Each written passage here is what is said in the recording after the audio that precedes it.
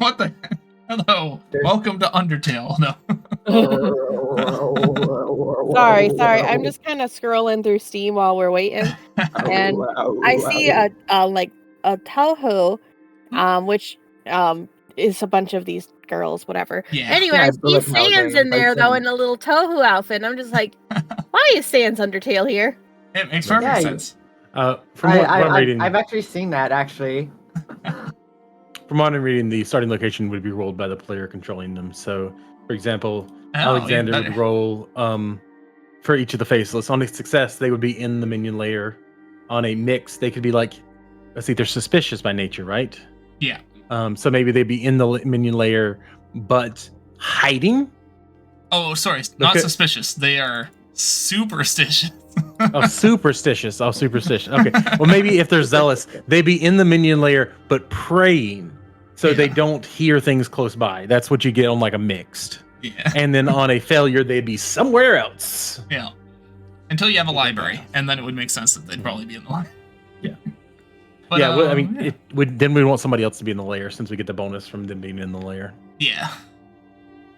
We can put the barbarian there. Excellent. Barbarian is not a minion. He should be killed right now for experience for the core. No! The fact you have a human down here is fucked up. It's going to be a great time. I bribed him. We're good. But I'm going to eat him and take his trophy. No, don't eat the. This is great. I like him. Baba has a point. How shall we have Baba show up? Is the good question here. I feel like even like a grand like you know the crystal starts glowing as almost like a warp point or something. Yeah, I mean, I've got something prepared if you're ready to get into things. Yeah, if you're ready to go. Baba's just at the entrance, knocking on doors, like singing telegram. Hello, my baby. Hello, my darling. Hello, my springtime gal. Well, all right. So you're all relaxing in your sanctum, I suppose, after your last outing. So, the dungeon core pulses, a steady, rhythmic thrum, slow, deep, ancient. The walls seem to breathe, the air thick with something unseen, something waiting. The cavern is dim, and the usual glow of the core flickers strangely, as if uncertain, as if changing. Then movement. Shadows stretch unnaturally, the light bends, and something gathers in the air above the core. At first, it's formless, just a shimmer, a ripple, a wrongness in space, but it grows, twists, takes shape. A figure, small, weightless, unfolds into being. The wings form first, translucent, glistening with abyssal shimmer. Then the hands, delicate and too still, too precise. The body coalesced, compact, elegant, untouched by gravity. For a moment, it looks like he might just drift apart again. But another whisper of fey magic lost to the dungeon's will. But then, the eyes open, black, gleaming, watching.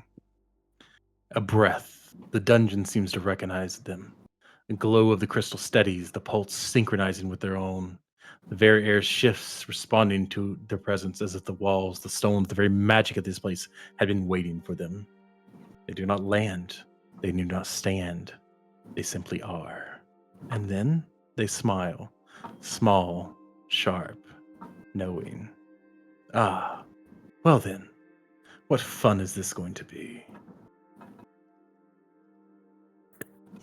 The Balboos are getting out of here. Clap. So that would be what you would come into the core to witness. Yeah. Let's see. Baba flying around, looking at the core, inspected, hands behind his little bitty back. Oh, something I did want to ask you, Tweak. The Fae you introduced to Party A2 stand about as tall as a goblin. My idea was I'd start smaller but grow as the core progress and be that size at tier 3. Oh, that's a good idea. Yeah, that makes sense. Okay. Yeah. So probably between like 6 and 8 inches right now. Growing to the size of the goblin as we level up the core. Let's see. There we go. Oh, as you appear, your room will appear slow. Yeah. Or a door will appear for your room. So does the pulsing of the core draw you from your sanctums? Yeah. everyone would probably feel the pulse as well if you've all been connected to the crystal. Mm-hmm. I'm so excited. Baba's just pinching his nose now, shaking his head, looking at the core. Baba and a baboos. Oh no. Sounds like a different name. Hello, tiny little man. Why are you here? And also, why are you staring at the car like that? Let's see. Well, you see, I was sent here to tune this little wonder, to shape it and strengthen it, to mold it, be something worth hearing. But, oh dear me, it seems you've already tethered yourselves to it. How ambitious of you. With a large smile. Let me guess, you felt the call. You reached out and the core answered, didn't it? Bond not forged through precision, not through knowledge, but through instinct. It's so very raw, so utterly inefficient. Tilts his head to the side, strangely. So wasteful.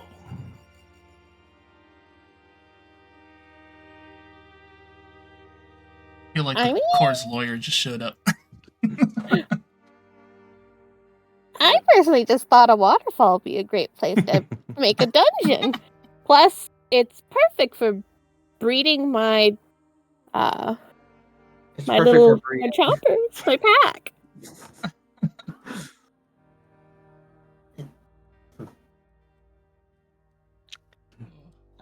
The power it grants is obvious, and we will harness it for ourselves.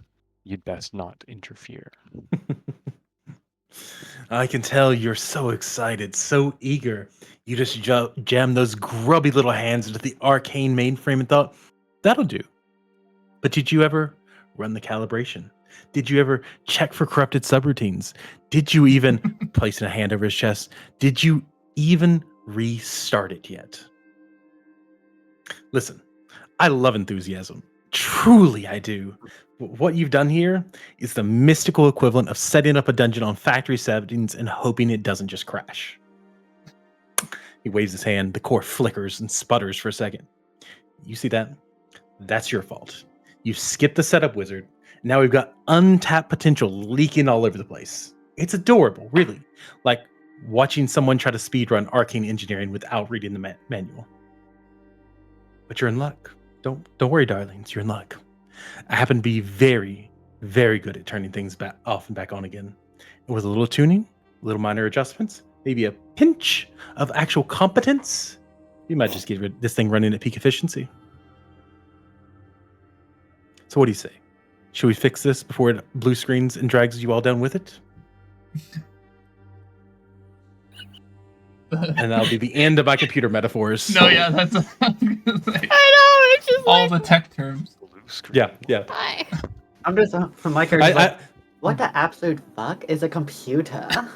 I never said computer. It's true. No, it's like blue screen wizard setup. Like There was supposed to be a wizard here to help us set it up. What is factory settings? Oh man, it's beautiful. Looks like we got ourselves a nerd here. Wow.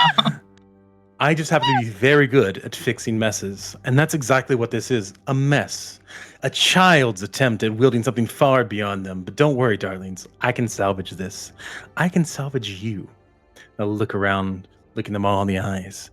All you have to do is listen, and then maybe, just maybe, this dungeon would be something worth fearing instead of a ticking clock counting down to its inevitable failure.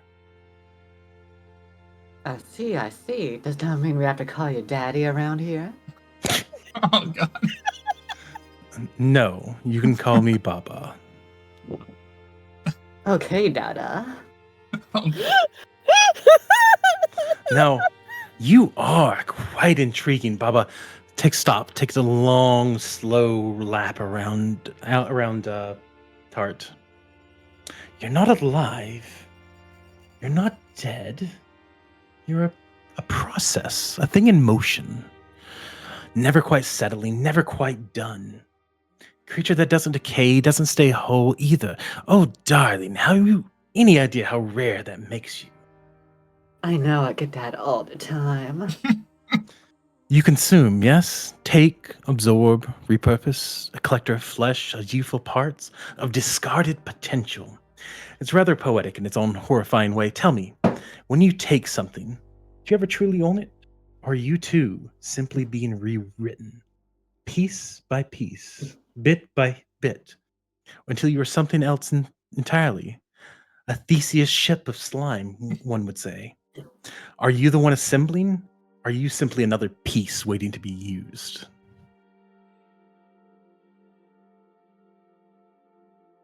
Bubba's got hands. I go over to the alpha. The predator. Creature of hunger and instinct, but not just instinct. Discipline, authority, control.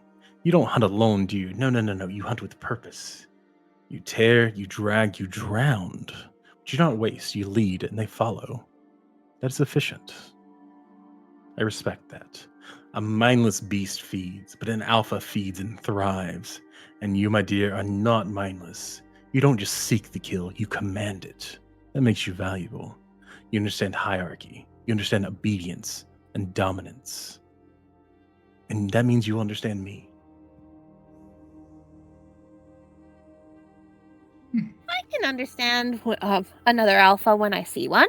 And it seems like, at least when it comes to dungeons, you seem to very much know what you're doing. At least I'm getting that feeling. You see, I'm not here to teach you how to hunt. You know how to hunt. I'm just here to point you in the right direction and stand back.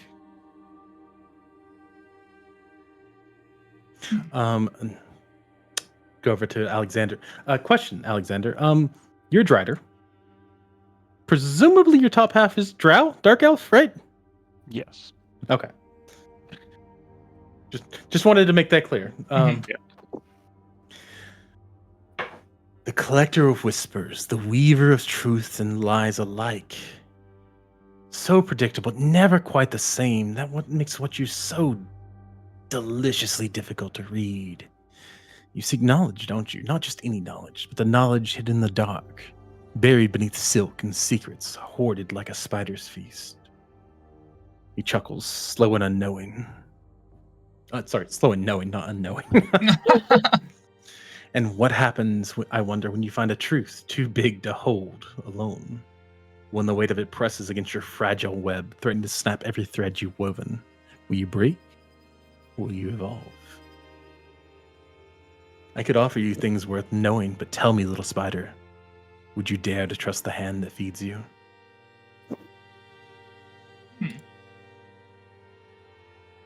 The only true power comes from that granted by Malawi.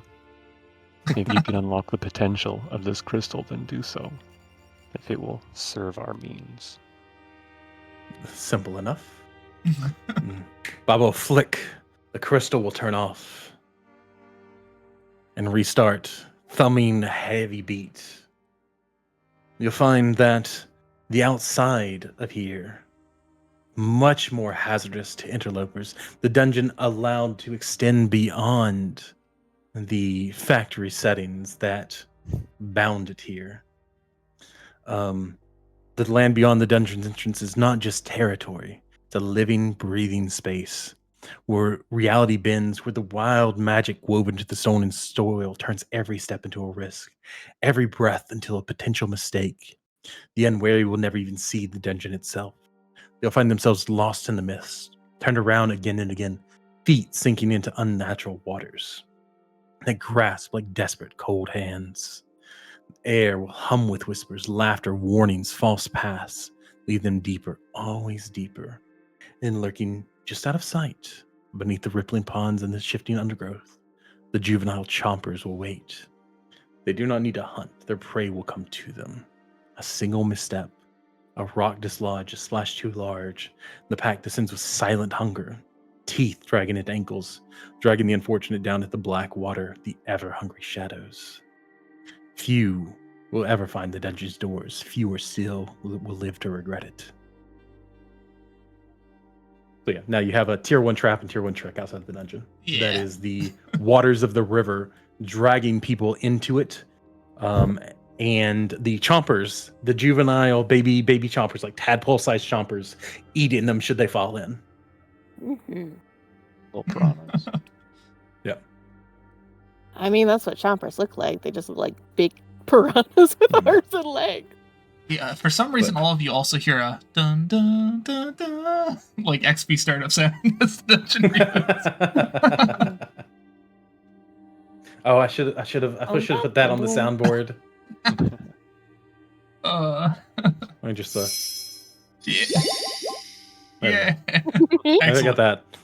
Beautiful. All right. So, I mean, I think that's pretty much the scene we're going toward there. Then. Excellent.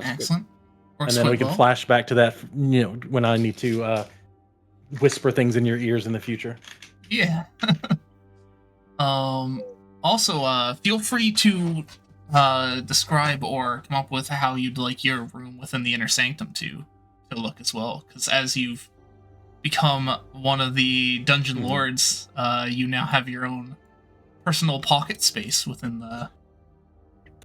Was there ever a clear description of what the inner sanctums actually look like?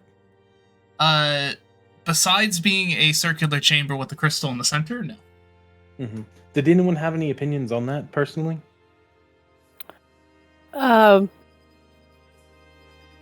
mean, every time I've imagined it, I've almost imagined like that very stark white marble, just because that was a lot different. But I'm pretty open to any other ideas. It's just like, I don't know. I've always thought of the very clean kind of looking room, very cold, crisp. Tarn, Alexander? Perfect kind of underground dome. Okay. Very symmetrical, very precise. Mm-hmm. Yeah. Unnatural. Okay. What color is the crystal? Oh, I know we have a bunch of lapis veins through everything, so I kind of always been imagining the crystal as blue. Okay.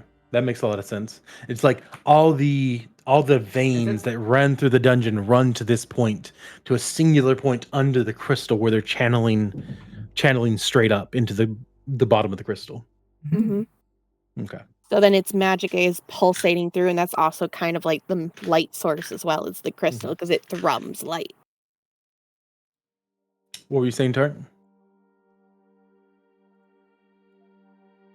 There we go. I don't know if Tart said anything. I did it blue.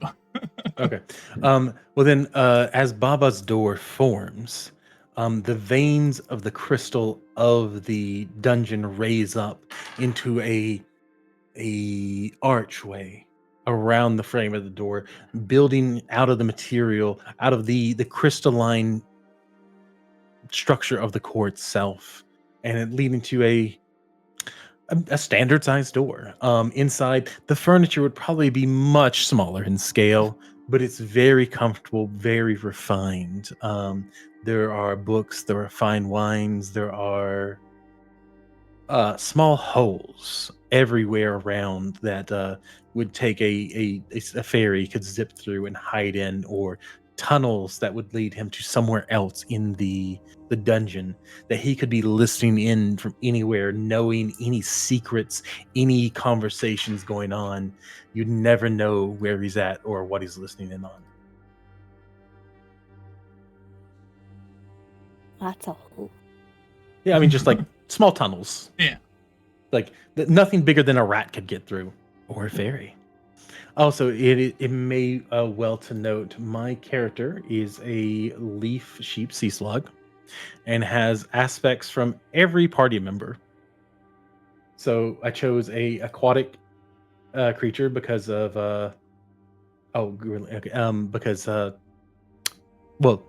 the insects Fae had been established in Party's A campaign. So I chose an aquatic creature because we have the alpha, who's an aquatic creature, with an insect. Just like we have, well, I guess spiders aren't technically insects, are they? arachnids. If you want to be pedantic. Yeah. With a slug because of the Don't be nature of slime, and then I have some spiritual abilities from a connection with Stitches. The core changed me, and you have changed the core. So That's so cool. Yeah, it's a neat. That's me. Pretty cool. What phase are we in currently, Tweak? So we've had a thing where, so normally you start in the lurking phase, but a lot of the times I've given the party the option to start in lurking or to start in raiding. I just wasn't sure where you ended last time. I think you ended in raiding last time, but I wasn't positive. We ended in blowback. So they started in lurking last time, so we went all the way to blowback. If we start in raiding, then we end on the calamity phase. It kind of just depends which one you guys want to start on. Lurking's the easiest to start on, honestly. Oh yeah, I would agree. Which starts off with recovery, where everyone gets to recover their stress, and we get to do some loot rolls as you go through your hordes. The loot rolls. It's funny. You can actually get kind of stressed from your loot. Oh, goody. Yeah. But yeah. So this is a great way to find out too. Do you all have the dice roller on your left-hand little tab thing? It's like a pair of dice. Yeah. Or it's not left, it's on the right hand. Oh. No, there's one on the left too. A dice roller. There you can click that. Yeah, look, it's at the bottom left. Yeah, it should be at the very bottom. So loot roll, how many dice, Tweak? Oh, so for upper this one, left, not bottom left. Oh, I get, yeah. Mine's so long it covers the whole left of my screen. What are we doing? So we're gonna do some loot rolls to see what you guys have dug up in the loot you've gotten from your last raid. So, and the number of dice? It should be 2 normally. Okay. So we each do a loot roll? Yeah.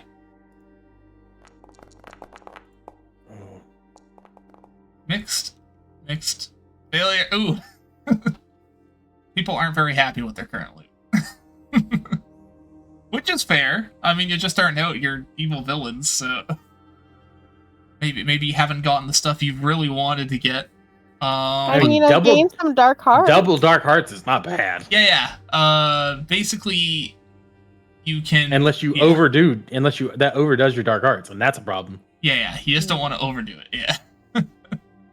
As long as you have. Oh no, wait, sorry. It's on failure. You need something to use it on. On mixed, you can just have revelry. Yeah. So mixed isn't bad.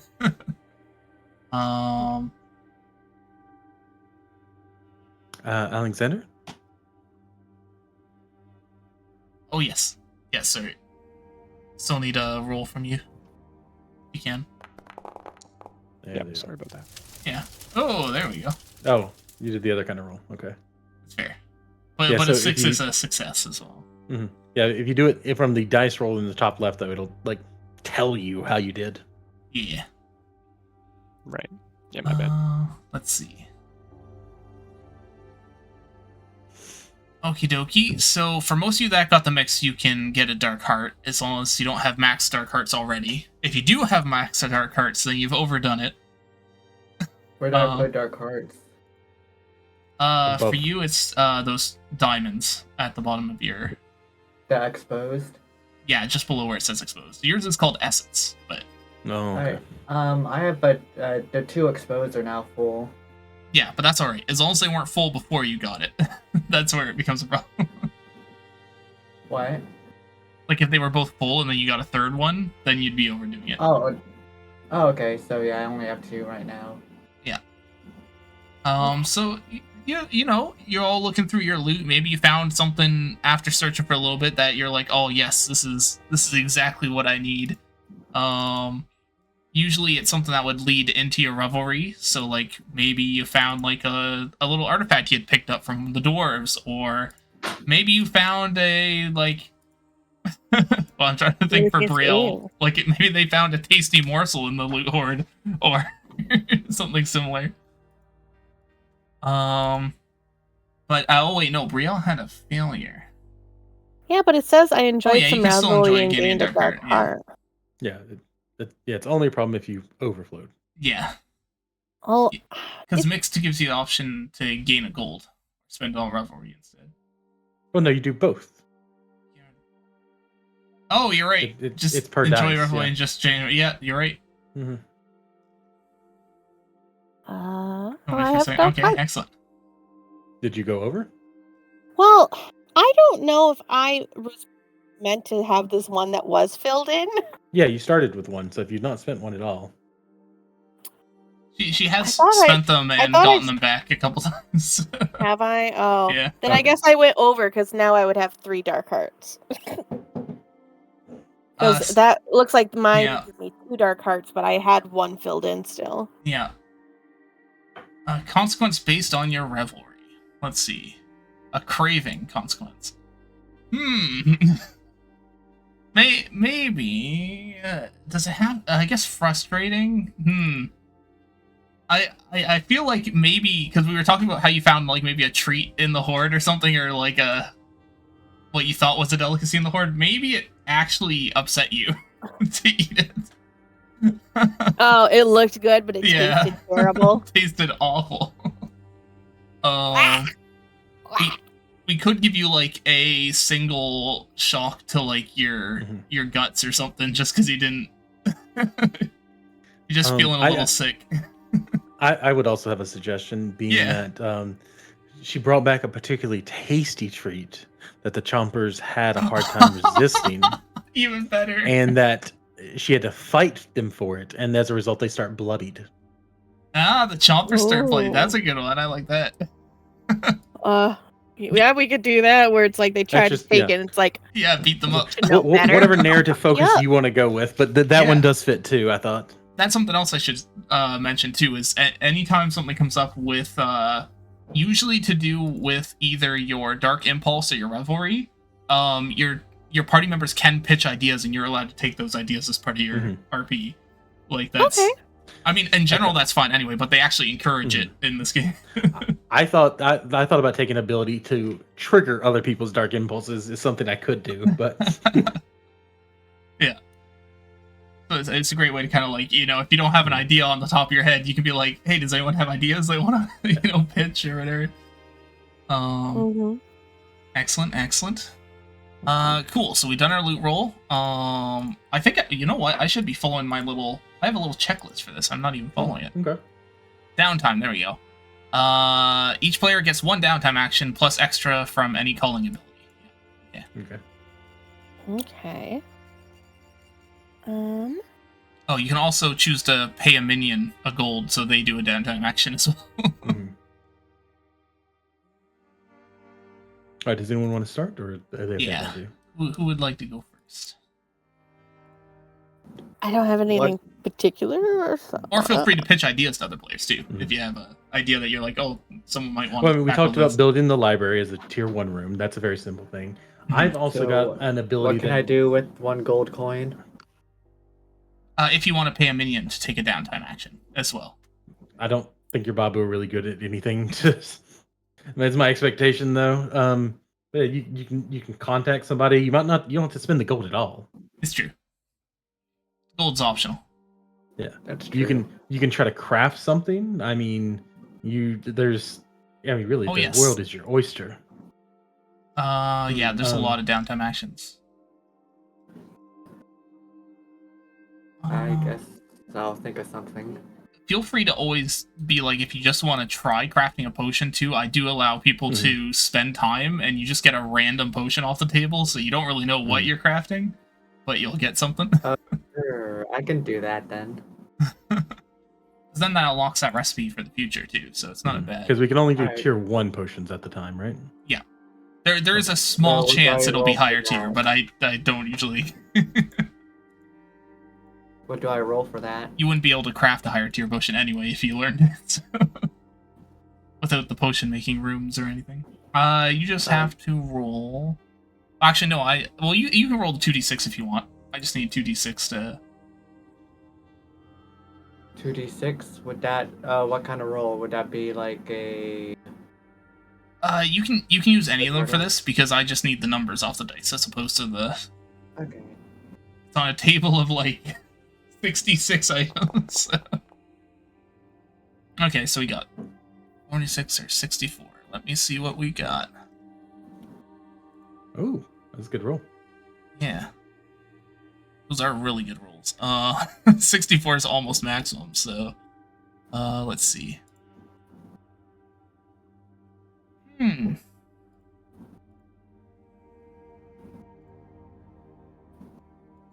Wait, what the? Oh, those weren't taking me to any of the right areas. I was like, what is what is this table doing? Okay, let's see. Let's do. Oh, that's that's a great one actually. I like this. It's a very okay, I'm going to put the potion together cuz no one's really discovered this one yet. So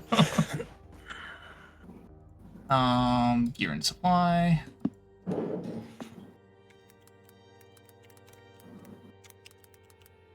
So this one's actually a decent potion.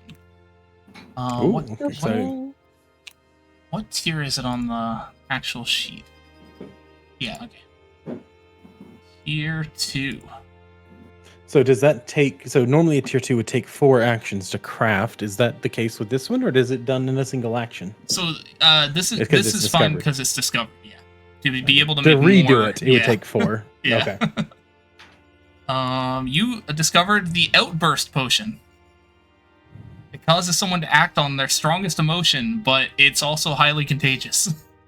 Awesome. Wait, contagious? Yeah, if you get someone with it, it spreads to other people in the room. Interesting. That's pretty cool sounding. All right, so I have a proposition. So, our downtime action should count for what we're trying to do. It's like really need to rank up the dungeon for one. I think it's time we set ourselves on to a promotion raid and we take out the lumber mill tonight.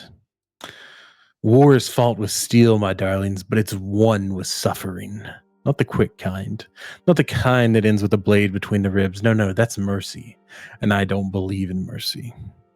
The dwarven foresters are already cut off. Their blooded mountain home is a fortress they cannot reach. Their supply lines struggling to keep them fed, armed, and breathing. What do dwarves fear more than death? More than hunger? More than steel? They fear an empty mug. You see, the dwarves are resilient people. They will endure pain, starvation, hardship, and march forward with grim determination, but take their ale, their spirits, the one luxury that reminds them of home. Oh, and then you watch them break. So my suggestion is we start a tier 2 ritual. We can do tier 2 rituals, right? We don't need a room for that. No, not for tier 2. Okay. We start a tier 2 ritual to summon a storm, to waylay the routes in between the dwarven lumber camp and the dwarven bunker, which is where we could probably establish as a matter of story where they're getting their supplies from. Okay. Would that be correct, Tweak? Like that's just something we could just find out. Yes. Especially because your party has already scouted out that lumber mill area. Yeah, exactly. So then the promotion raids are a 2-parter. We ambush the booze caravan under the guise of the storm. The storm will slow them down, make them easier to attack, and then we we attack the lumber mill a couple days later. And the worst status condition you can inflict on dwarves is going to be inflicted on them. Sober. Oh God. So I would, yeah. So I would encourage Alexander to lead us off with this and start in a ritual, and I can assist, and so can the Faceless, and then maybe we can direct other labor to that if need be. Mm-hmm. Would you agree with that, Alexander? Does it make makes sense that your zealot would be the best at ritual casting. Well, yeah, and now with 2 acolytes, they can assist. Oh yeah. It's like because what's it called? The invoking is their primary skill.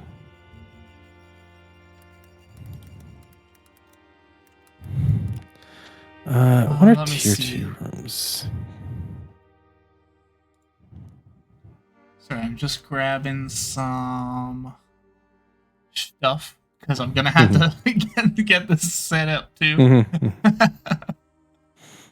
I mean, I don't know that we really.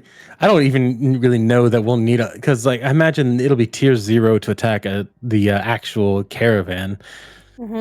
Should be like we could just do that one theater of the mind, and you could just reuse the lumber mill. That's true too. I don't imagine if we do things right. If the raid goes right, we shouldn't need a battle grid for that. Really, it's true. It's true. Okie dokie. Let me. I don't know if Alexander's actually there though.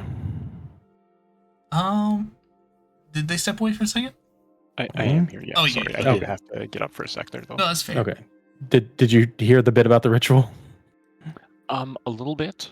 Okay. Some of the storm thing. Yeah, I'm fully on board. We got to deal with the lumber camp. Okay. Yeah. So this would be our step 1 is grow the horde.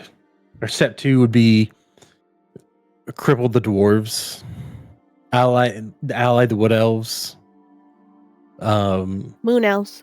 moon elves, something like that. But I think lumbercap is the obvious starting point. Yeah, I think so too. All right, so you want to do us some trouble over there anyway. So I guess what we need to start up a tier 2 dungeon clock. Would that be correct, Tweak?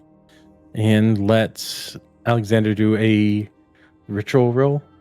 Is that a thing? I did give Alexander that book, and he's still been translating it. Yeah. So the ritual tiers, they have requirements based on the tier. So we're doing a tier 2.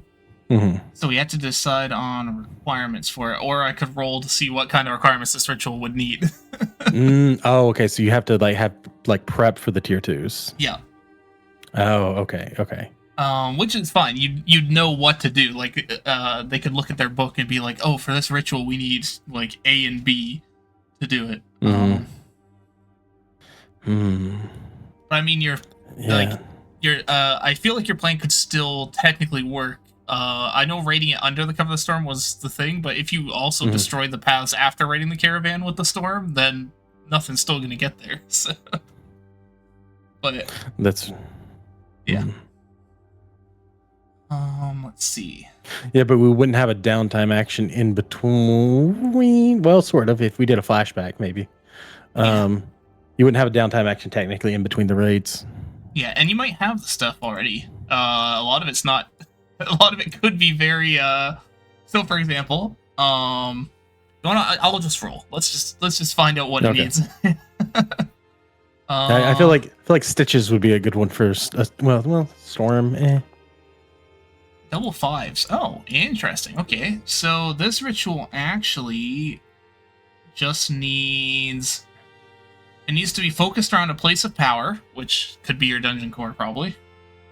And this ritual requires a sacrifice. We have prisoners we could sacrifice. Or sacrifice chambers. Now I'm pointing at the barbarian. No! We have plenty of options. Sacrifice them all. Actually, here's. I think we should also sacrifice the barbarian. Actually, I'm gonna pull Alexander aside. We're gonna have a scene. Yeah. I think it's like this requires a sacrifice, and we have one font of vitality beyond all others in here. I look over at the barbarian. You know who I'm speaking of.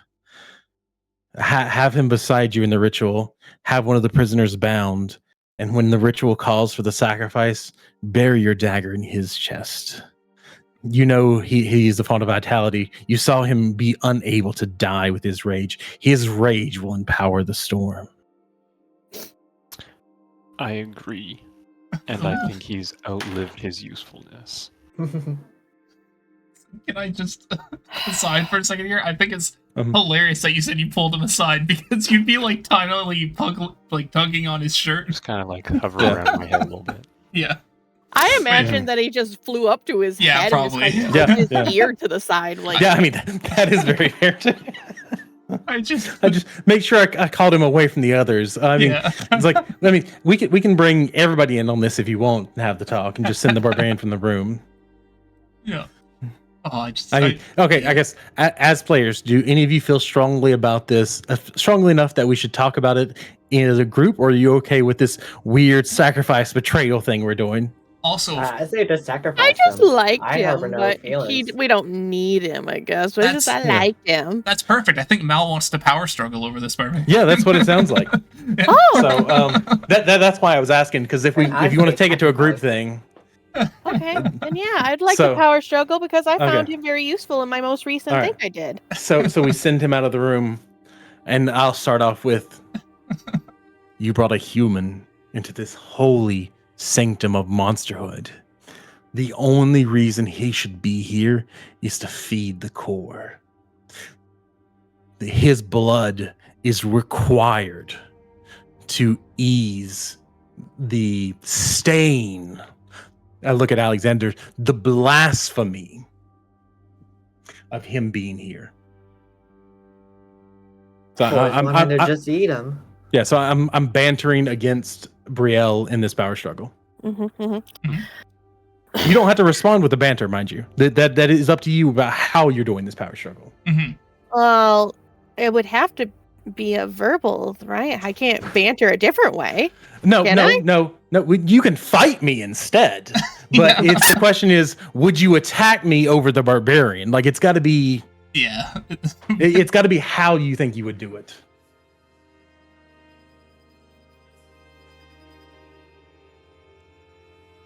Whether he feels worth fighting. In a verbal confrontation, though, I'm a conniver. And I'm just a slime. And unfortunately, I don't know if he can scan because I'm like, I just want to use logic of how he's useful. Oh, yeah. I don't know. Could I logically? Having a sacrifice. Oh, this is how he is useful. Well, I mean, you know that you've been using him for information on the Horse Lords and for his light speech.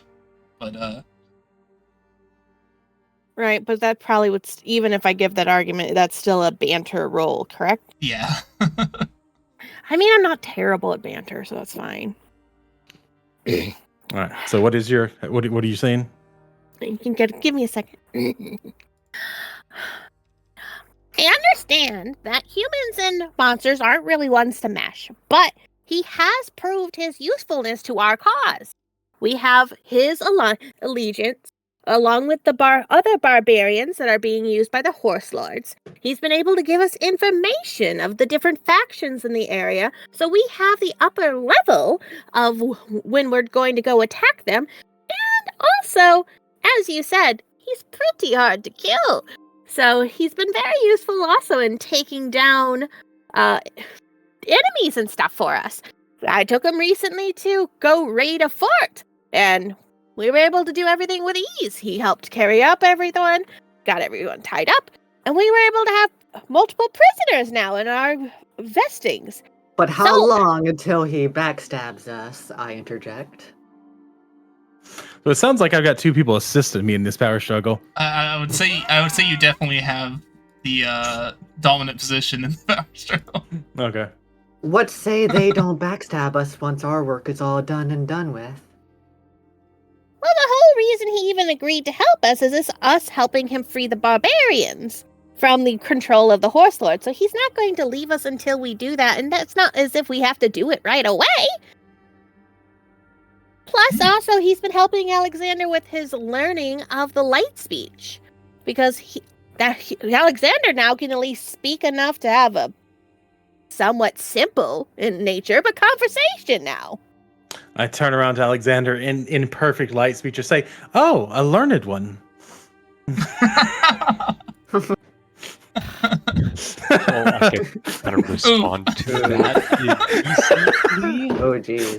I'm not like fluent. Yeah, no, but it was just pointing out that I do speak light speech. Yeah. It was just to undermine her position further. But if you do want to show your learnedness, you could definitely speak, like, reply simply in light speech. All right, so I would do this with a dominant position, rolling banter, 3 dice. Yep. And then I guess I roll with the what is my position? Dire then? Because I'm under? Yeah, it's pretty bad. I'll even take a dark card on this because I need to, because I have a lot of easy ways to get them back. So no, yeah, that's oh my god. Yeah, fair enough. Oof. Can I use a dark card too? You can if you want, yeah. Yeah, I do, because I want to. Oh, let me reset it so it's at 1. Discovery roll. Shut up. Give me a second. Oh, was that? I wonder if I had his token selected when I rolled that. I was pretty sure I rolled the super roll. Oh, okay. That's weird. So is this a resistance roll or an action roll? It should be an action roll. Just making sure before I press buttons. All the buttons. Sad. Big sad. Yeah, not quite. So yeah, no, Bob wins this position, I guess, however you want to RP it out, but listen, I'll land on the Alpha's shoulders. I'll be like, it's okay.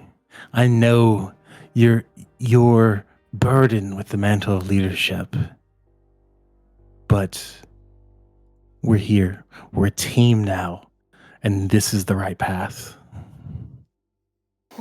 Me having turned everybody else against her. yeah, no, it's literally. Well, I mean, you're a conniver, so. Yeah, I know. Yeah, it's into it.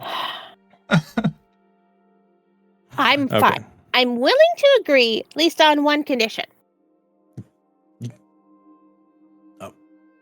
You can dictate the thing, but you've already lost the power struggle. Yeah. I don't care, but this is a very simple thing that I think you'll be like, yeah, sure, fine. Okay. After we kill him, I want his heart because usually hearts are the tastiest part. I'll look at Alexander's like, if there's anything left after the ritual, I don't know the details of it myself. You can have your pick of the remains. Yeah. Well, there you go. Yeah. All right, fine. Okay. That will at least make me happy in this situation. All right, go along.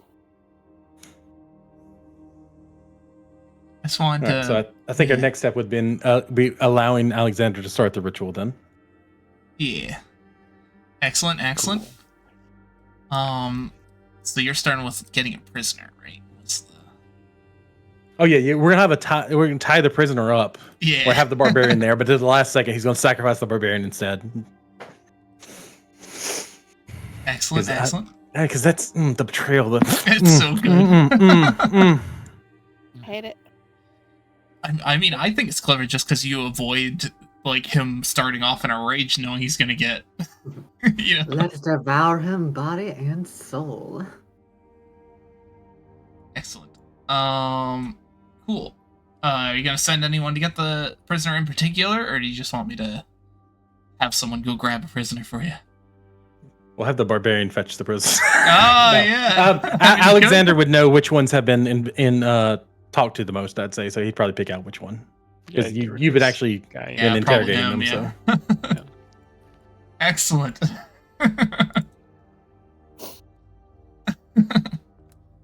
He's just upside down because he's been like just outed of information. Mm-hmm. Okay. We were trying to figure out indicators for how much they had.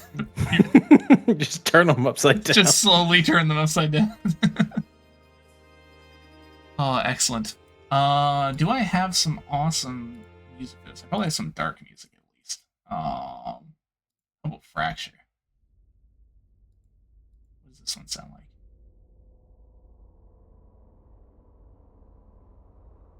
That's pretty creepy.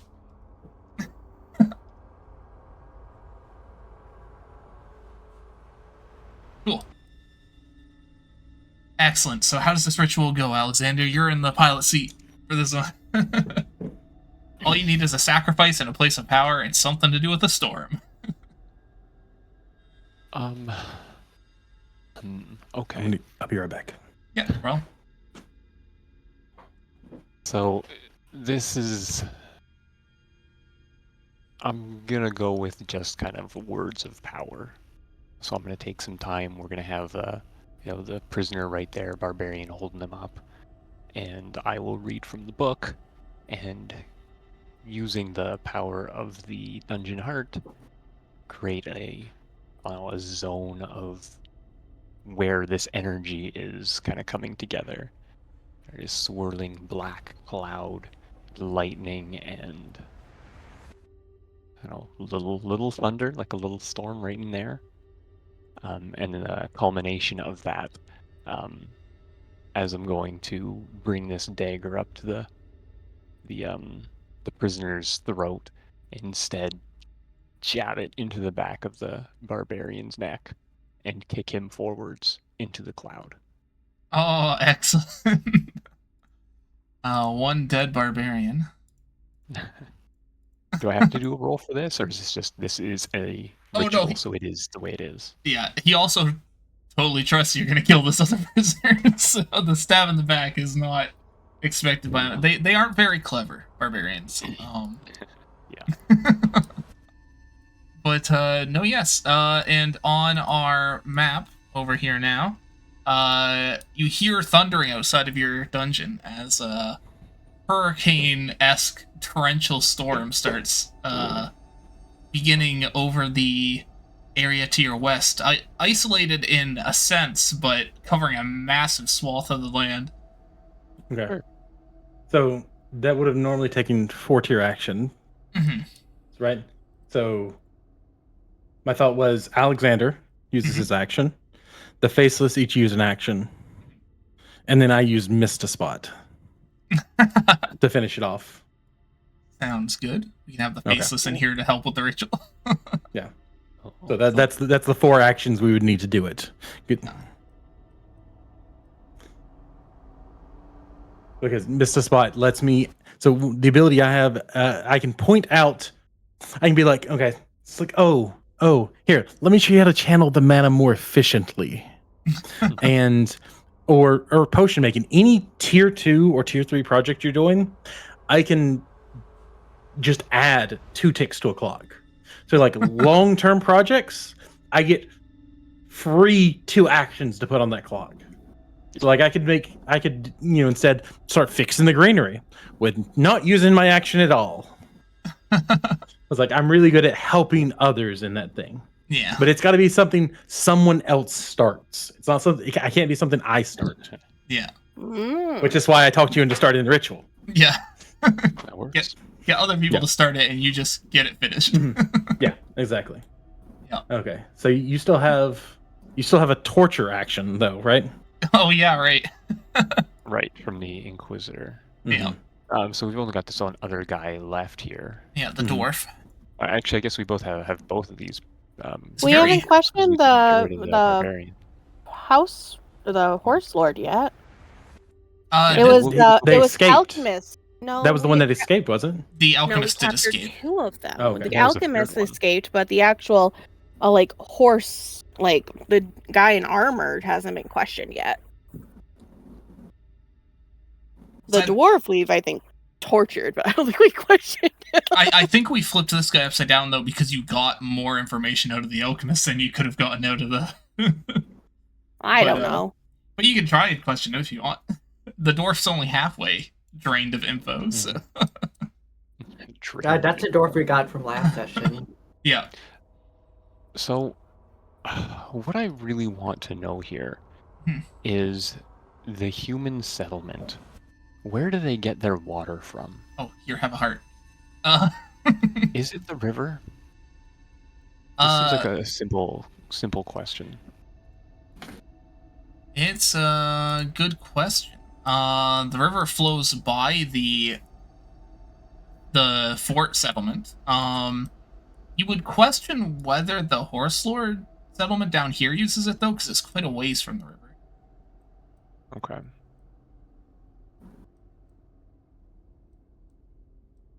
it is the main source of fresh water heading through the land, which is probably why there was a town here. Right, that makes sense. And I think like that is kind of what I'm assuming, but I just want to have that confirmed if I can from any of these guys. Yeah, for sure. Well, you do have one Horse Lord bandit prisoner, and you have one dwarf prisoner still. Yeah, so this Horse Lord dude, does he know much about that? They're a little bit closer to that whole situation. I don't recall if we ever like interrogated a dwarf yet. Feel free to torture them and find it. No, let's see. Last I remember, we knocked him out and dragged him back. Yeah. How would you like to try and get the information out of this guy? I assume you were going to take him to the torture chamber. Which just puts you in a better position for torturing people. Yeah. Yeah, either plus position or plus effect. Yeah. But I mean, Alexander's Inquisition ability guarantees he gets at least 2 good pieces of information. Oh yeah, it's gonna be a bad time for this bandit. Yeah, so kind of like, general torture. Excellent. Beat him, stab him, bleed him. Rip off his fingernails one by one. Sure.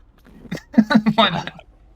I've thought a lot about torture in the past. I've expected a lot of things, actually.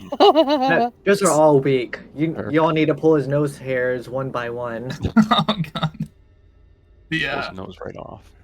So, you want to know about the river? Do you want both pieces of information about the river? Yeah, that's really like the only thing I think I care about right now. So if I can just focus it all on, the river or their source of water. Pluck his eyelashes one by one. Excellent. No, that doesn't hurt that much. Well, he can let you know that Fort Point does get their water supply from the northern river. Right.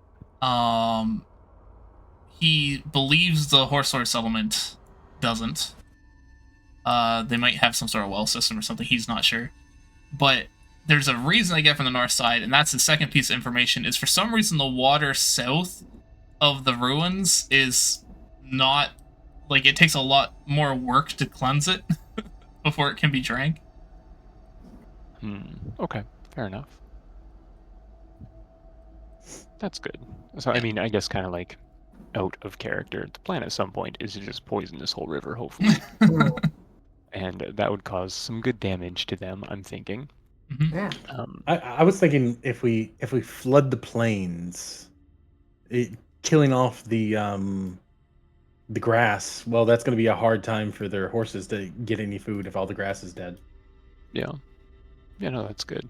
I think we're going to cripple the dwarves early on here. Yes. Yeah, that is my thought.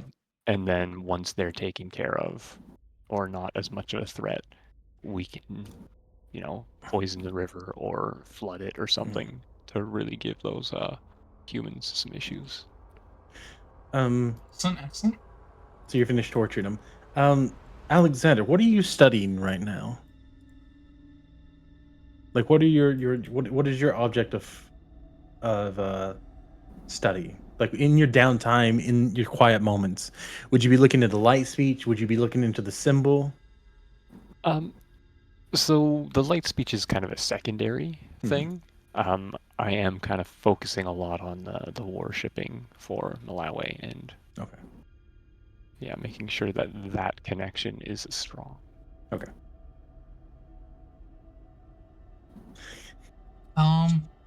So Baba is going to delight in the fact that he knows a secret that Alexander doesn't know then. Whoa. That's not cool. Whoa. Hey, no spoilers, God. So I guess it's just Riel and Baba that haven't used the downtime action yet then. That's correct. One of mine will be saved for a flashback later.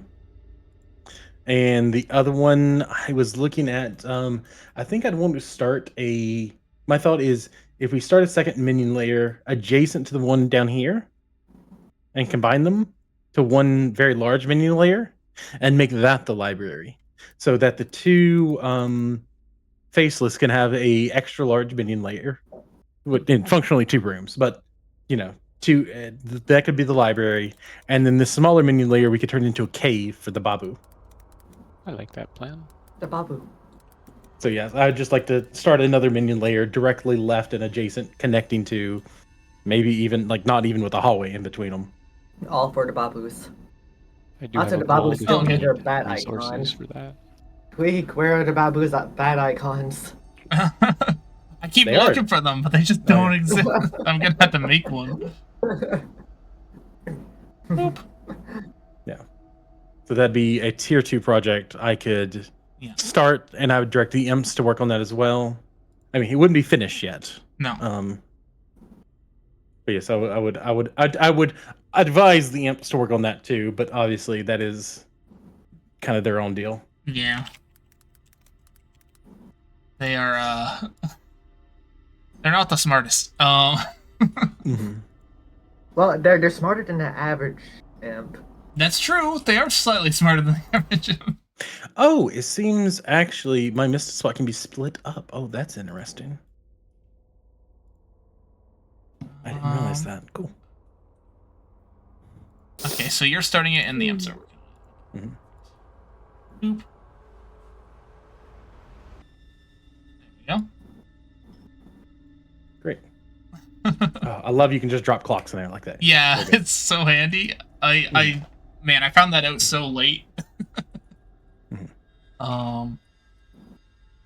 But excellent.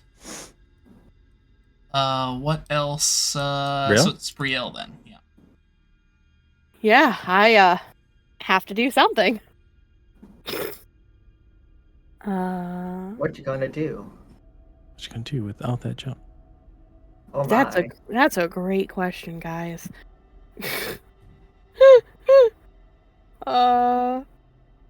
What I keep thinking in my brain, I don't think can be a downtime action is the problem.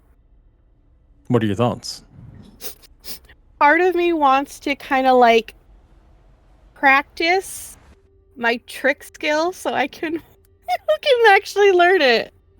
I kind of want to try to kind of have one of the minions or something help me use use them as something and then try to trick them of misdirection or trying to learn a new skill basically, because I already have Tinker, so I can't really just work on potions to build up my Tinker skill like how Slizzis was. So I'm just I'm trying to think of what I can kind of work on. You're trying to improve work yourself. on to better myself. I'm trying to improve myself. Okay. Because also I'm not stressed at all, so I don't need to de-stress. You could work on building a trick, and we could say that's working toward your trick skill. Hmm. We could always expand the water drake room too. Oh, great idea then. So we, you can work on building a trick that uses the ravine from the water drake room, and that trick could be this water is really deep. You might need to remove your armor to get across. Okay. Oh, because then you might sink, or at least they'll think it's so deep that it's oh, I'm going to sink if I don't take my armor off. Yeah. Okay, I could do that. Okay, excellent. So we can put a single tick in your trick. Boop. But let's see. But I have to roll to see if I get that, don't I? Not if you're using your whole downtime action to work on this trick, because it's still going to take you 3 downtime actions to build your trick this way, so... It's it's a slow process. But where would you like to have this water trick represented? You want the water from, your geyser to flow across this hallway and make people think it's, a super deep thing? Or do you want to have the ravine cut across, the guard post? Make the guard post room seem like it's deeply flooded? Oh, because also that's where my chompers are and they swim. That actually sounds like that'd be... But we have the spider webs there. No, the spider webs is in the hallway, not in the guard post. Yeah, you could fill that room and up the with webs is trap, so then Trick again won't have a problem because then we'll have trap again. Okay, yeah. Then I'd like to work on putting a Trick in the guard post so then it looks like the water's really deep through there. Yeah, just fill up that guard post with all that water. Excellent. Yeah. Great.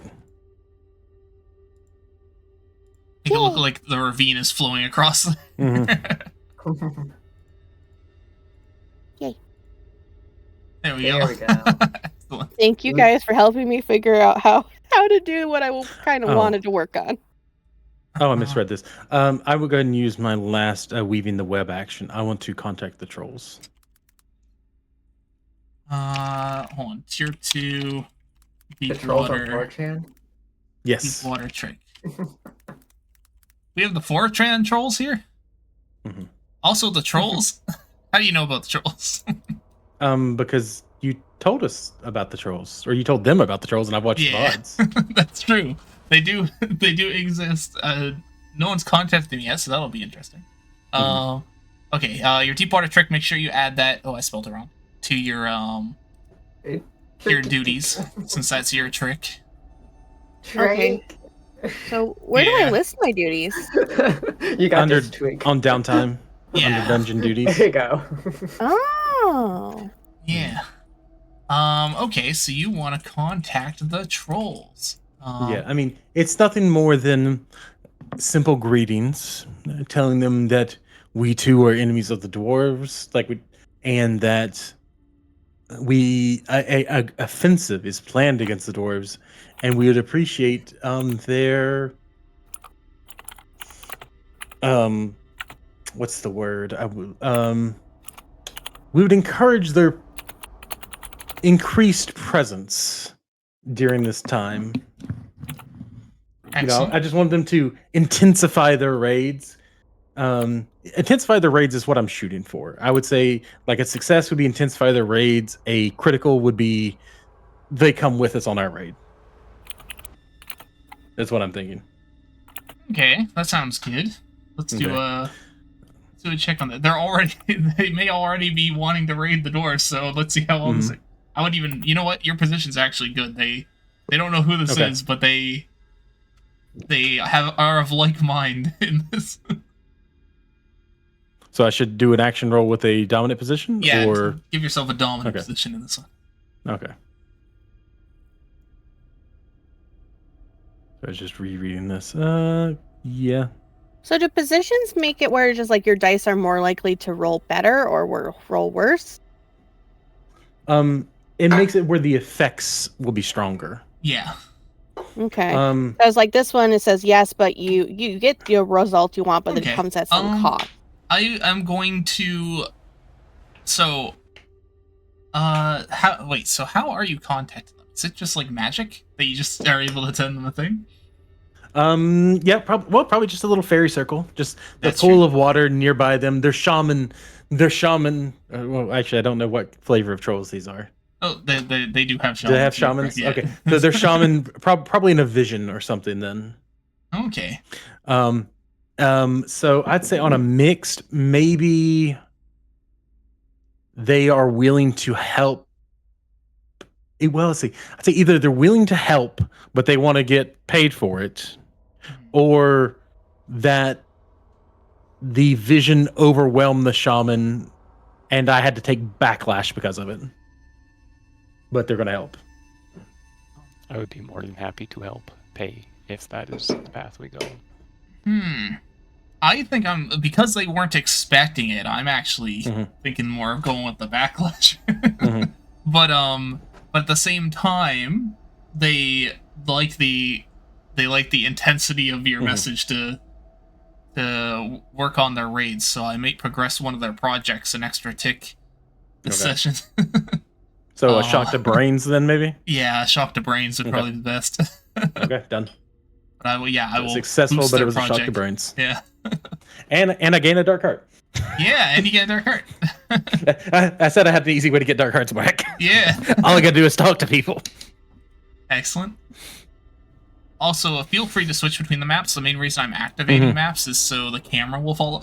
It's kind of yeah. That's fair. Okay. That's all. Yeah, because I don't imagine we'll do anything for stitches. So we should be good to go into the calamity or blowback. Yeah, calamity time. So we didn't really start on. Wait, you didn't start on the library, did you? Or is that minion layer supposed to be the library? The minion layer. This is going to be the library. Oh, okay, these minion layers together, because otherwise it wouldn't make sense for them to be starting there. We'll say they'd live in the library. I figure. No, that works. So what's gonna happen now is I'm supposed to do a dungeon logic, and some of the minions are a little confused. They're actually gonna go over to Alexander, and they are gonna start bugging you about the fact that, like, you know, we've been following you for a little while.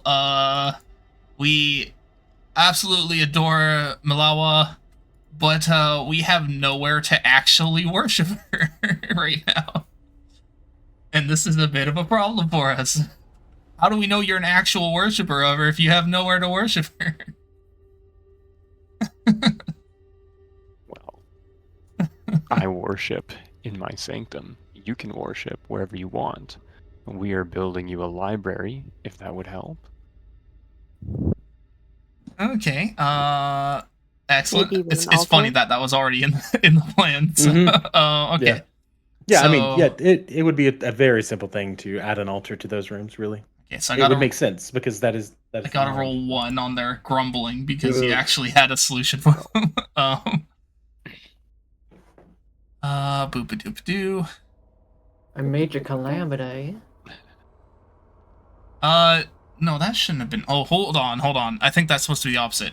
Hold on. You satisfied their thing, so it should be the 3 days, not the 1 day. Oh, it's still a failure anyway. Okay, they're still upset. Major calamity. They're still upset. Is this a roll that Alexander is making himself? Let's see. The calamity roll. GM rolls the dice based on design grumbling. Okay, never mind that. If it was Alexander rolling it, I had an ability that could affect it, but since you're rolling it, I don't. Yeah. To be fair though, it can't be certain things because it's minion grumbling. So, like, even though it's a major, I can't do all the things. So let's just see what happens. We got 36. I was just wondering. Keep saying Alexander's rolling the dice. So. Wait. Do I want to do that one or that one? Oh my god. Okay. I mean, this doesn't. How is this? Well, I guess they're out of commission. So the Faceless are going on a hunger strike. Oh my god. So they're gonna be considered bloodied if the next thing happens. What babies?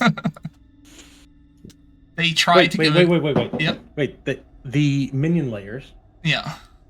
Did that give the plus morale bonus to the roll? Ooh. Oh, wait, would they have a morale for a calamity roll? I don't know what that would be. Is that not how that works? Am I? I assume calamity is his own thing. Unless you mean for their rolls, because they'll have a plus and a negative. Like, they'll have a plus for the room, but they'll have a negative for being bloodied, if that's what you mean. Oh no, I'm just misremembering morale entirely. Is what it is. Oh yeah, there is a morale as well, but yeah, that's for like fighting and stuff. Yeah, I'm thinking of something else. Yeah, no, that's fair. But yeah, no, they're basically they can try to convince the other creatures to go on, but I don't think they're going to convince the Chompers or the 2 like almost mindless creatures to go on a hunger strike. So my Chompers better know better, or else they're going to get their asses eaten. But that's not too bad for a major calamity. Okay, now we're on to rating. Have to come up with a goal to pursue. I think we already know where this is going. Yeah. Excellent.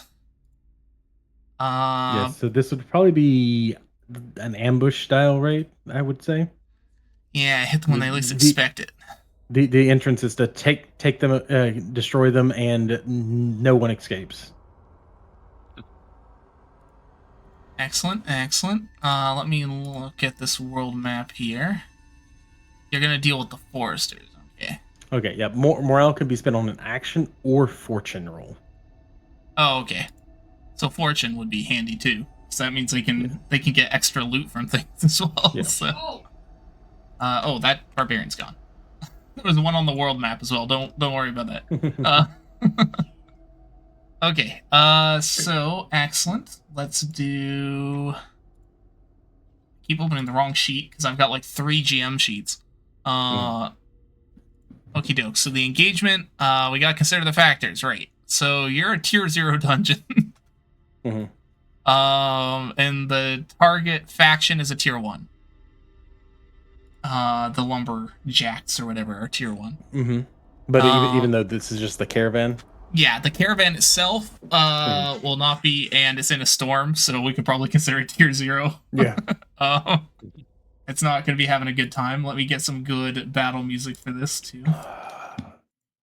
Look, air and water. That seems like an appropriate song for that. Hear my battle cry. Beautiful. Storm. Black clouds fill the sky. Oh, too bad Zogbad isn't here. He'd enjoy that. Yeah.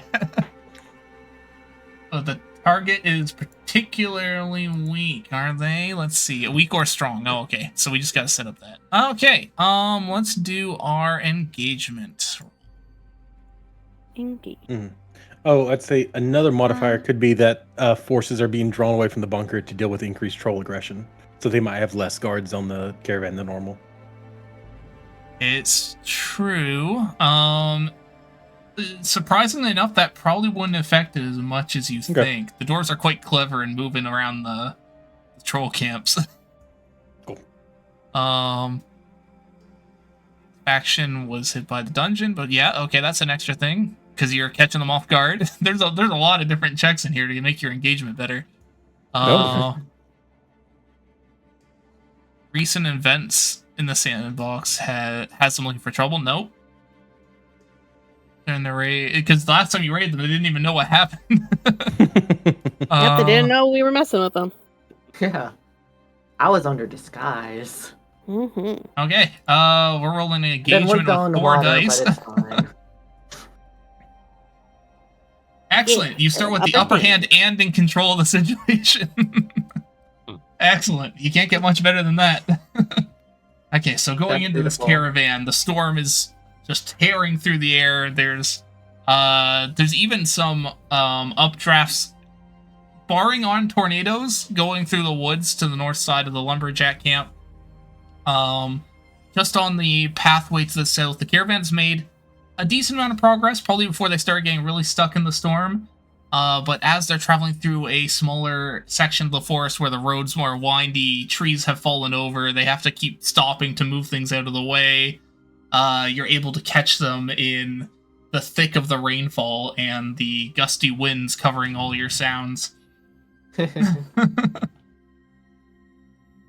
How would you all like to deal with this caravan? The caravan itself is in the shape of a massive keg of beer. being drawn by 2 oxen. And there appears to be... Yeah. There appears to be a wagon with some crates attached onto the back of this massive beer barrel. And a couple dwarves at the reins of these oxen, and 2 dwarves in armor with axes that are clearing the way of the trees. Alright. I'll look over to our alpha and be like, you want to scout ahead? Find us an ambush point. Yeah, we'll find the best place to take them down. Let us do some rolls to find the best place to do that. This is happening in an overworld, right? Yeah. Okay. Yeah. You would probably be along the forest line around here. Let me see if I can doodle a little thingy. Baba is gonna just like breathe in the storm, the chaos of it, the magic surging through the air, and it's just gonna just give it a slow clap. Oh, my dear Weaver, this is art. What's that line? That's the route of the caravan that they were taking. Oh, okay. This is not chaos. This is a web spun wide, a whisper before the fangs sink in. It does not strike, it waits, it unsettles.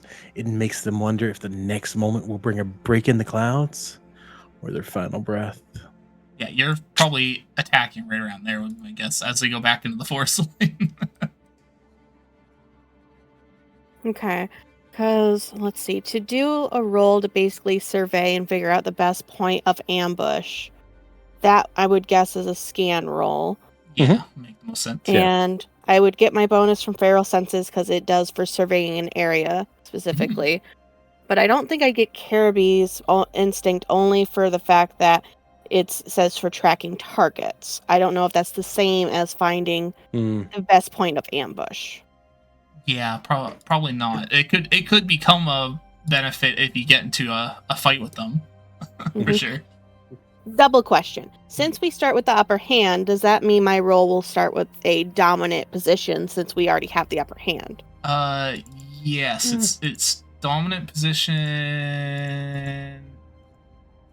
Yeah, you guys got position and effect, right? Upper hand in control. Yeah, so you get dominant position and you get strong effect. So, radical. Yeah. I just want to make sure I'm doing all my y'all got a real good position here. Yeah. So I'd say on a good roll, you can actually like dictate where you are. On high, if we were on like if they were in a narrow ravine, and we were up on the cliffs above them, that'd probably be pretty good. Yes, if we could do something like that, because then I have ideas of how I want to help start taking things down. So yes, let's try to find a point that's like that. Okay. Oh, nice. I succeeded. So yeah, I got the results I hoped for. Yeah. Excellent. So you find them in a small... Well, you can dictate it if you want to, but... Well, I like the idea of them currently trying to trek through a small ravine and we're like above them. And I don't know if we've dictated a turn order yet. Maybe a... Well, oh, sorry. I was going to say maybe a dry riverbed through the forest would make sense as like your ravine, right? I would say, actually, let me look at the phrasing of this, see how I can do it. Because this would, I want a flashback to trigger somebody else to flashback. So let me see how I would. Flashbacks, we're turning into Naruto here.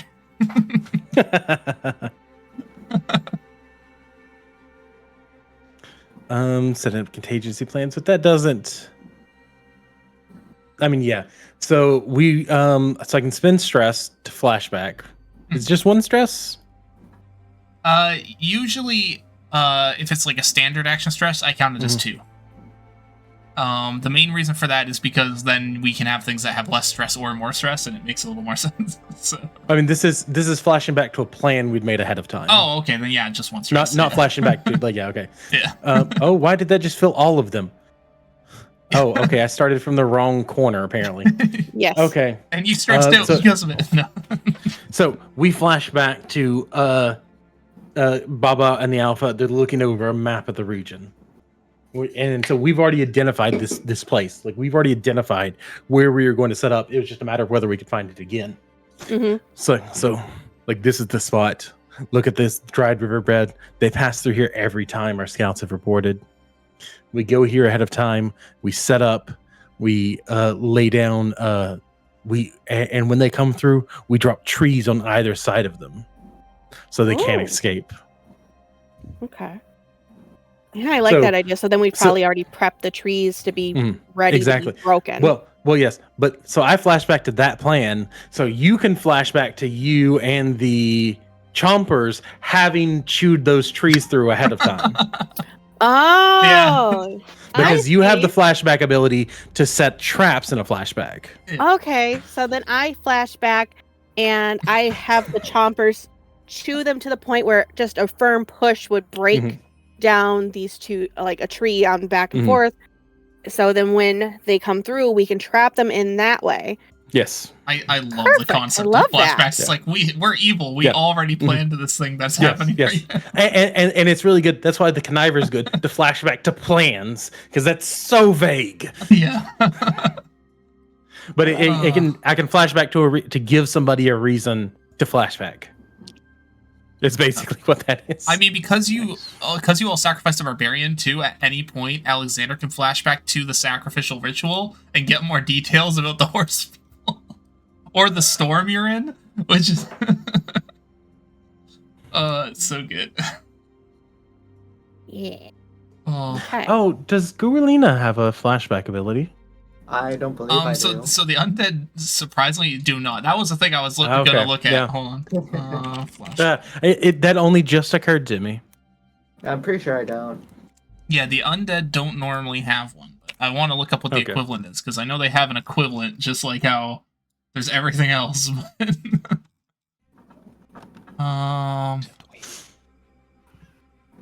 But it's probably not important for at the moment. Mm-hmm. Okay. So we found where it is, and we're gonna wait for them to get to the right spot, and then Brielle will give the signal for you for maybe Madame Tart and Alexander to shove the 2 trees that she pointed out to. No need, darling. My antenna light up, and the trees are just shoved forward to go into position. Also, where's Baba's sick. icon on the overworld? Well, I don't know if we brought them because I Baba. don't know if we. Baba. Baba. Okay. Yeah, I don't have one on the overworld. Not yet. It's okay. You can flash back to bringing minions with you too. So. Yeah. Oh, without having to pay them? No, you got to pay them then. Yeah. So the undead can use sort of flash.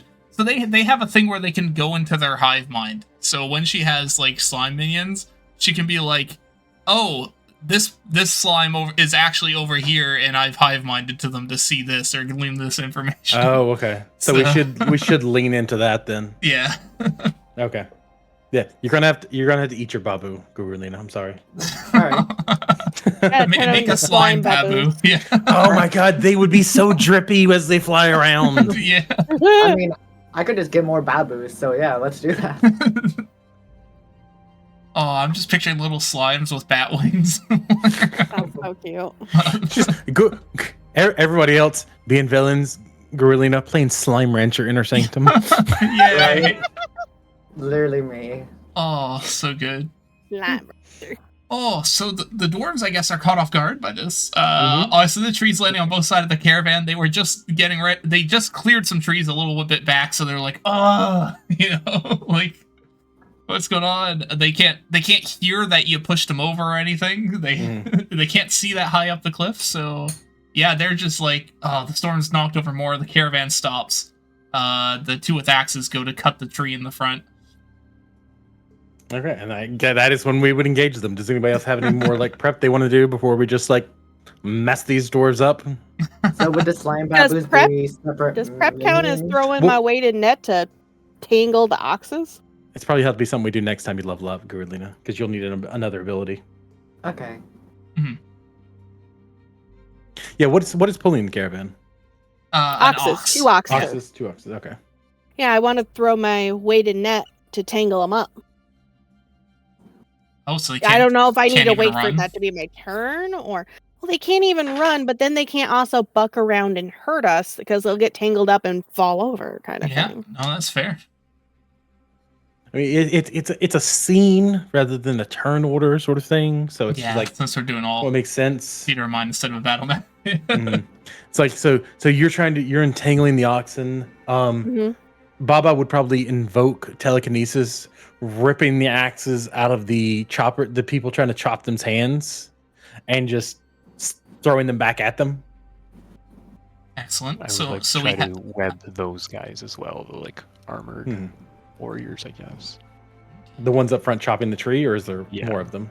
Okay, I so think probably I'd probably invoke after he webbed them. Yeah. No, that's fair. Yeah, that works. And do you have anything you can do from range, Tart?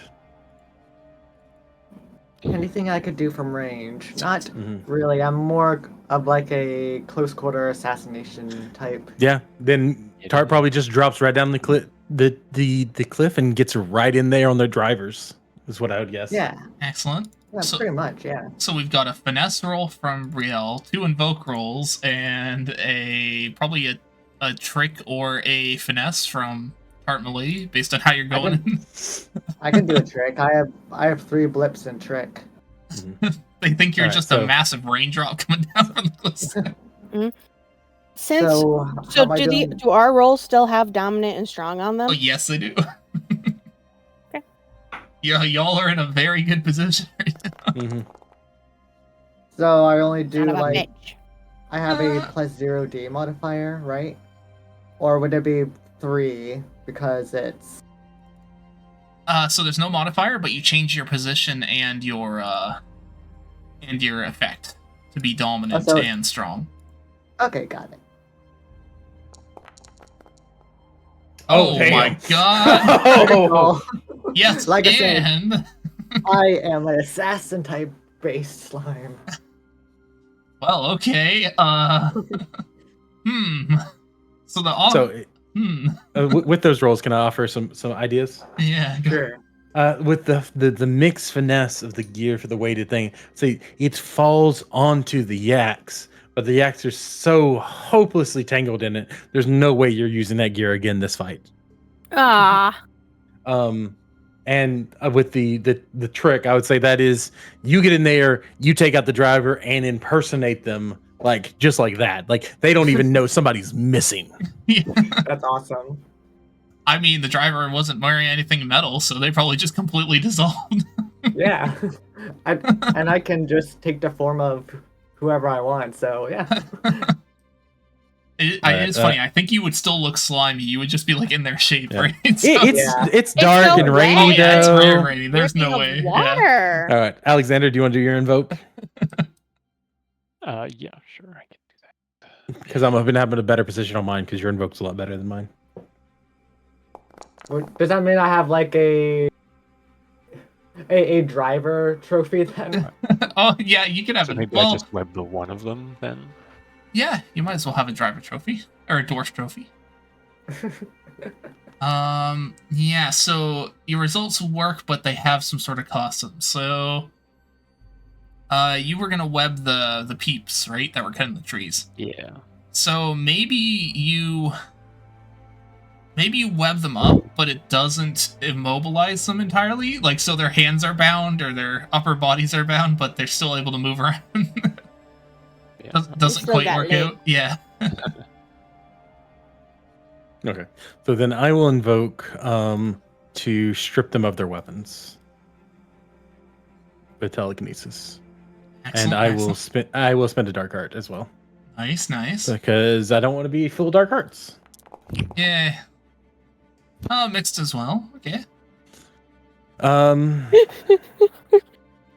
It'd be really funny if, you stripped them of their weapons, but you just got their webbing that just got put on them. I mean, feel free to pitch ideas. Yeah, that's I mean, that could be their weapons went flying, but so did the webbing. I think. Well, it just ripped everything. Actually, that's kind of shit, though. It depends. Did the webbing get their legs or their arms? I think that's what we need to decide on first. Got their arms. Hey, Tweak, should I be putting my trophies because the mix made it where they didn't get their legs. Okay. Right. So they can already still move. So without their weapons, it doesn't matter. Okay. But Tweak, should I be placing my trophies not in gear and just in the trophy section? Oh, because I just know that's weird. Yeah, why is it? I mean, that's fine. Yeah, if you want to move them down there, that's a good way to kind of organize it a bit. Okay. Works for me. Yeah. I would say maybe it did disarm them, but it did not fling them away like I was aiming for, so they are easily recovered. Yeah. They're just kind of stuck to their body with the webs or something. Yeah, it's just more of a minor setback than what I was actually aiming for. Yeah. Sounds good. Okay. Yeah, so you're in a good position right now. It doesn't allow me to put vile trophies in the trophy section, weirdly enough. Yeah, it's because I guess trophies aren't items, is why it's a little weird. But the dwarves yell to their basically cart companion, their driver, as they try to fight these webs off. Let me see if they have any success in this. Oh. I mean, they are in a tight spot. That makes a lot of sense. Yep. Yeah. Okay. And let's see if our other friend has any more success.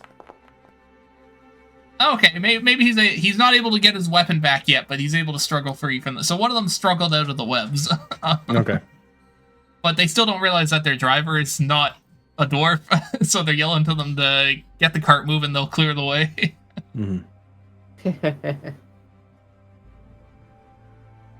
Excellent. He's going to grab his axe, but he doesn't quite make it before y'all get another chance to stop him. Okay. Anybody have any ideas?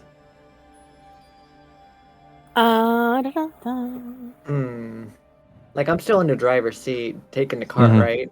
Yeah. The cart's strapped at the moment, but they think you're the drivers. Should I be taking it somewhere? I mean, no, we would have to clear the road to get it back to our dungeon.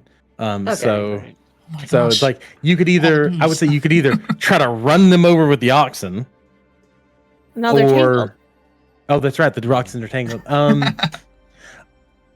I guess, do we have a scan that indicated there was any more than the 3 of them? No one did do a scan to check if there's more than. Yeah, we scanned for the location, and that was for the ambush. Yeah. Yeah. Could I flashback that we've also scouted them, and I saw how many there was? I don't know if that's how that works. Scouting is one of the things you can flashback to. Yeah.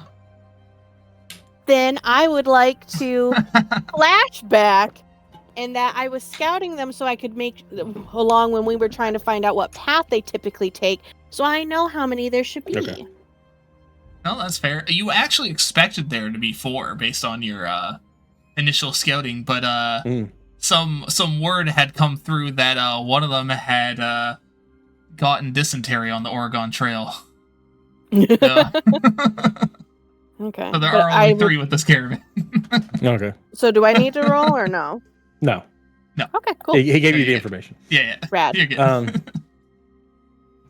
It didn't change anything, so I'm like, here's the info. Okay. Since then, there's only really 2 of them, and one though has his weapon currently, while the other is like still trying to grab it, right? One has his weapon stuck to webs and he's tied up, and the other one's trying to go grab his weapon. Yeah, neither one of them have their weapons back yet. Yeah. I'd say you just get in there and engage them. Yeah. That's exactly what I want to do. Yeah. Is basically I want to go for the one who is trying to go get his weapon, and I want to go bite his throat out. Yeah. Ooh. I would probably invoke and grab some rocks from we're in a forest. We're in a forest, that's right. I'll grab some branches out of the trees and telekinetically sling them to smack at the dwarves, bashing them and battering them. Excellent. Okay. So go ahead and you I guess first, Brielle. Tart, what are your thoughts? Do I get dominant and strong with all of my rolls right now or no? Yeah. Yeah, this engagement is y'all have the advantage. Yeah, going on. I just want to make sure before I start pressing buttons. It can change, but so far you guys have held the advantage. Okay, that's all I want to make sure before I press my roll button, but I feel like Brielle's probably gonna go dive and do that right now. So yeah. Oh, excellent. The one's dead. Wow. Yeah, you. Yeah, dominant, strong. Yeah. I tore his throat out real good. Oh man. Then I'll bash at the one that's still in the webs with the tree branches that he was there to cut. Excellent. Oh, they like come off of the tree he was cutting into. Maybe they just like, you know how if you pull a branch back and you let go and it just goes it back. Woof. Yeah. Oh man, yeah. That. Oh, sorry, not dire. I keep doing dire position before I roll. Yeah, you do not want dire. No, we're strong. That's even the wrong. That's banter. I'm trying to roll banter. No. The tree talks to them. Why did you knock me down? What?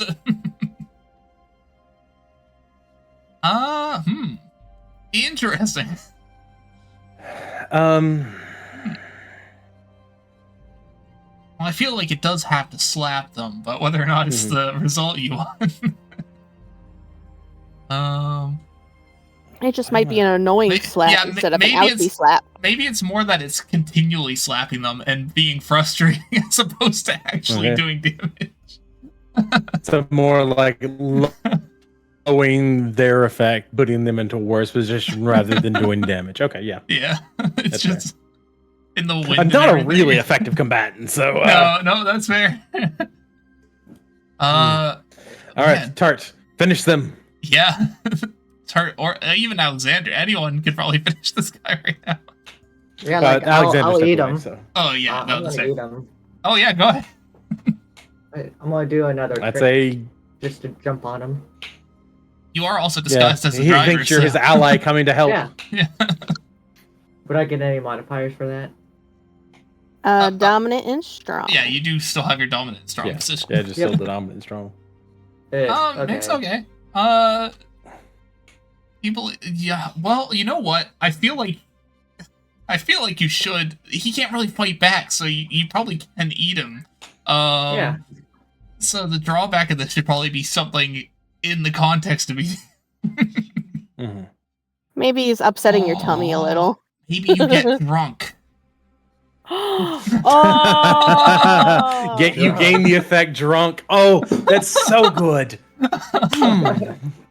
You like this is your second dwarf in such a quick. God. Oh, a quick succession. Cloud alcohol level. Yeah. Fuck, that is such a good one. Oh, beautiful. Yeah. We're gonna mark it as shock to brains. You're just a little, you're fuzzy right now from all the alcohol you've ingested. All right. So we finish them off. We pull the trees back up. Actually, probably like I just invoke and the trees rise back up and they flop back over. Excellent. And we can just spend time untangling the oxes. We drive the whole damn cart right back to the dungeon. Take it as loot. Yeah. Oh, that's a nice so shot good. of alcohol. We're gonna have alcohol for a while. I love it. That should be plus morale for the minions. Yep. For the minions. Well, we keep the good stuff, but I mean, it's a bunch of dwarven swill. The ale, they can have it. Oh. Okay. Nothing but the best for you, dear. That's fair. Beautiful. I do like the best. We'll drink the foreman's liquor. Actually, would we gain a supply of dwarven liquor from this? A shared group supply? Yeah. I'm gonna make sure that there's a lot of dwarven ale in the dungeon food thing now too. Dwarven ale times 12. You got a lot of dried meats in there too. A couple sets of grains. Usually these are things like you can use as part of your thing to use on minions and things too, or like bargaining chips, right? So, well, I was thinking like a dwarven spirits would definitely be a bargaining thing with other factions. I see. More like a treasure. Okay, let me see. Yeah, you know what? There was a crate of. Probably for the foreman. Yeah.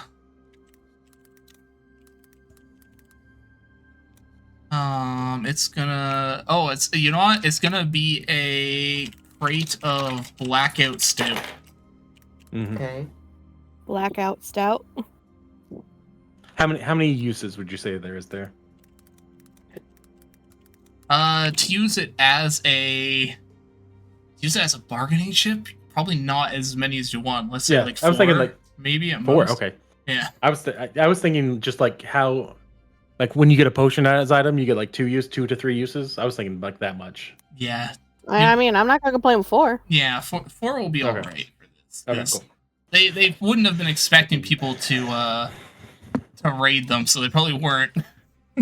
Okay. Yeah. I've already got a plan for the blackout stout. We slip that into the fort, and they drink it like they've been drinking other stuff. They don't realize how much they drink because it's dwarven alcohol, and they pass out even deeper. All right.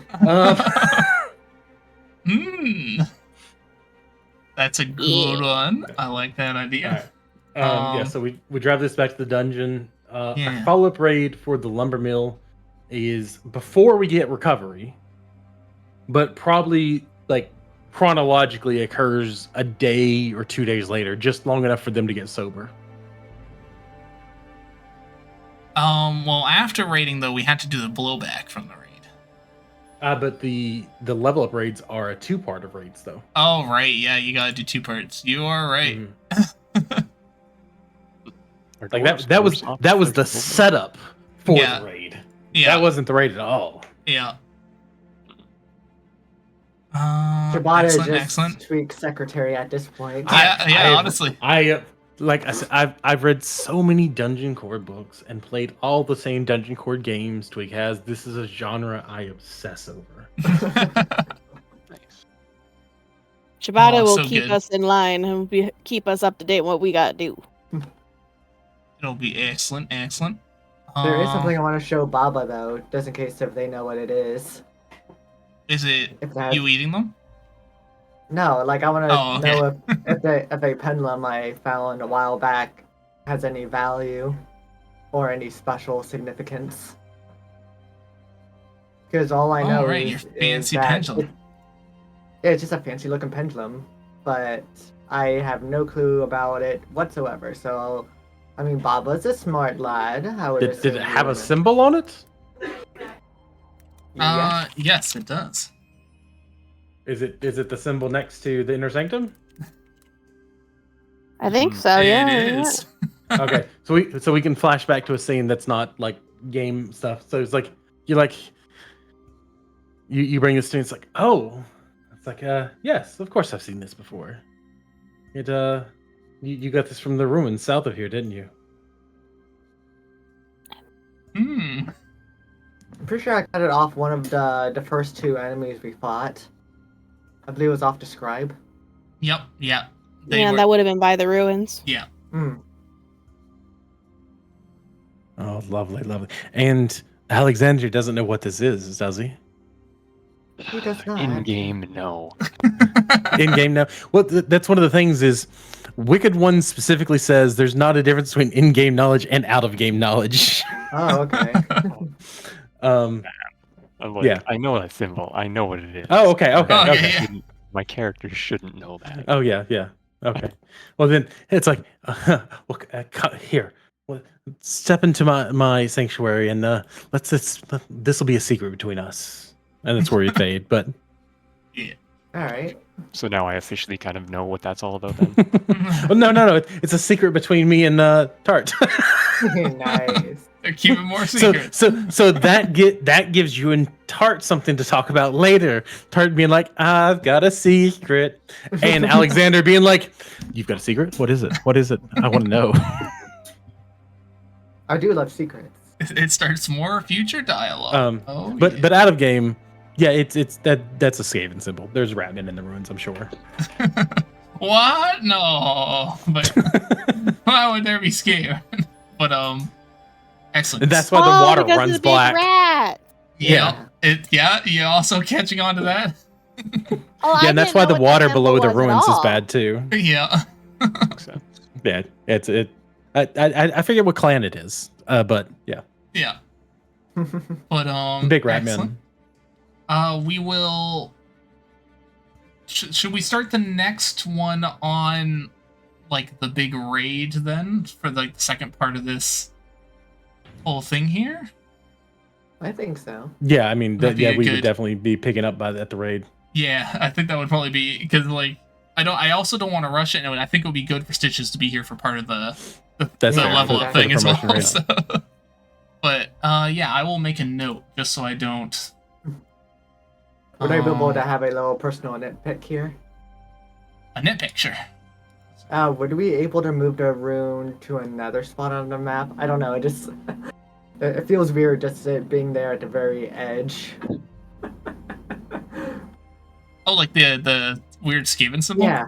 Oh, Yeah. I mean, I can move it Right around. off in the corner or something. Like Yeah. even if it's like on top of the map. Oh, I don't want that. I want this. It's a little nitpick. You don't have to. Like up there? Oh, yeah. Yeah. And we could like have like other like symbols kept up there too if needed. Yeah.